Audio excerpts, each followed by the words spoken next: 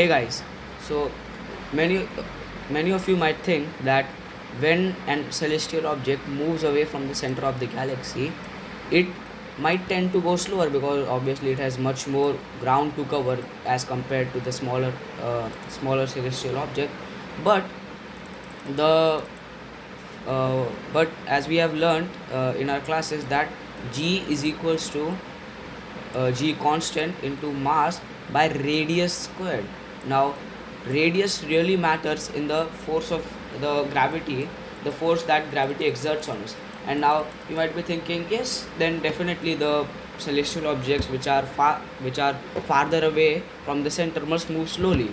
Well, that's not really the case. And now, why is that not the case? Well, it's because of a thing called dark matter. And now, what am I talking about? I am not talking about any voodoo or something like that. I am talking about the something that researchers have been working on for many years. It's called dark matter, and it really just makes sense because when an object is farther away from the center which it is orbiting, it tends to go slower. And now if it does not go slower, that means that there is much more mass, but we can't really see the mass now, can we? So that is where the dark matter is. And now dark matter really is not visible. You might be thinking, oh, dark matter, it must just be black, right? Well, that's not really the case. The dark matter is not black, it just cannot be seen. And the fact is that dark matter cannot be seen, and it has many properties. And dark matter doesn't even emit any rays, not even rays like gamma rays, and like it generally just doesn't emit anything, so it is very non-detectable.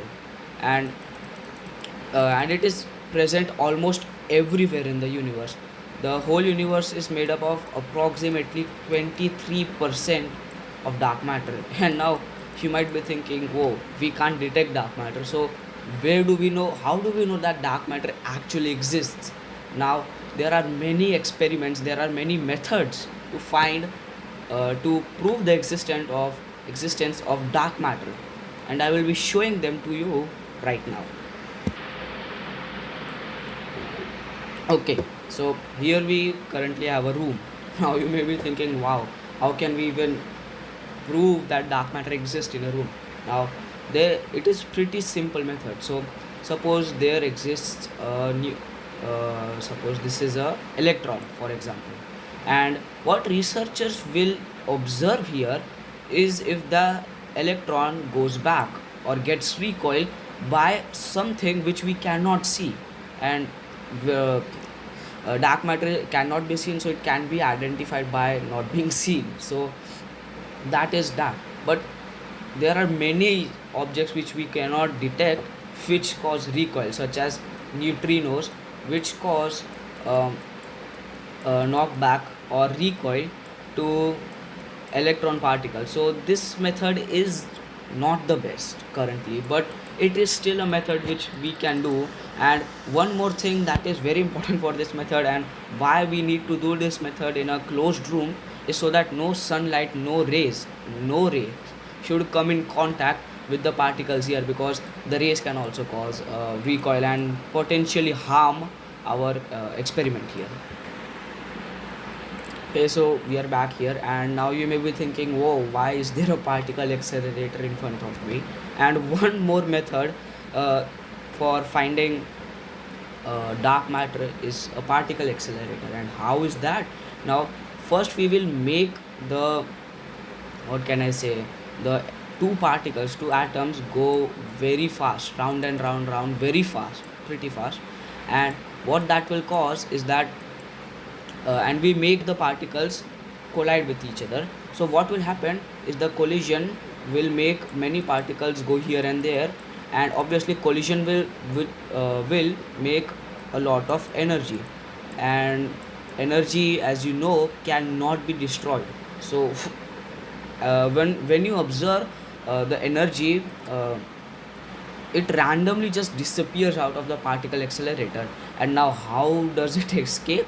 Well, it's pretty simple. The dark matter absorbs the energy and just moves away without a trace. And why does it move away without a trace? Because it cannot be detected by our technology currently. And one last method for finding out, for actually knowing if dark matter exists or not, is a much better one. It is called indirect method of finding dark matter. And so now I am going to discuss you with the indirect method of finding out dark matter is, well, as you can assume from the name, indirect. And what we do here is we observe the center of a what can I say, a galaxy, or also the halo of a galaxy. And what we find here is that every substance has to decay, right? So we study the decay of dark matter, because decay generally causes something to release.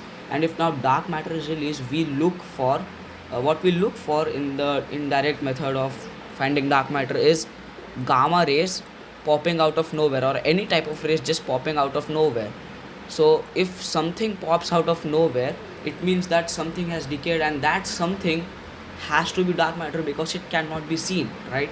And those were the three ways that we use to find the dark matter. And now I will discuss with you the three types of dark matter, which are: first, the cold dark matter; second, warm uh, warm dark matter; and third, hot dark matter. And what they mean is pretty simple, to be honest. What hot dark matter means, that, as you may know from your classes, is that particles tend to move much more rapidly in heat, right?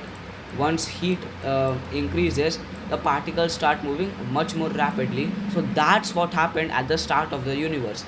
And when the universe was starting, these particles of dark matter were very very hot, and they were moving around very rapidly, and it was very difficult for the gravity to bind them. But because the gravity couldn't bind them, it made it so that these particles were scattered evenly and not unevenly. And now the second one we got here is warm. It is the in between hot and cold. In the early years of its existence, I guess you could say, at the start of the universe, this particle was moving very fast, very fast, very rapidly. And after a few million years after the birth of the universe, this particle slowed down to the speed of um cold dark matter. And so this also helped in the even distribution of dark matter, because as you will see in the cold dark matter, which gets distributed very unevenly, this also made it so that it could be dispersed evenly. And one thing I forgot to mention was, in warm dark matter, the dark matter was moving almost the speed of light, so it was moving pretty fast. And last but not the least, we have cold dark matter. Cold dark matter, as you may have assumed, moved pretty slow. And at the start of the universe, it was moving very slow. And so it was moving so slow, which allowed the gravity to bind, to make the cold particles of dark matter bind with each other. And hence clumps of dark matter have been formed, which were originally cold dark matter. And that is why it made it so that the distribution of dark matter was very uneven, because if there were many cold dark matter around, it would just form into a singular big cold dark matter because of gravity, right? But there isn't that much cold matter anywhere else, so it made for a very uneven distribution. And guys, this was it for my video on dark matter.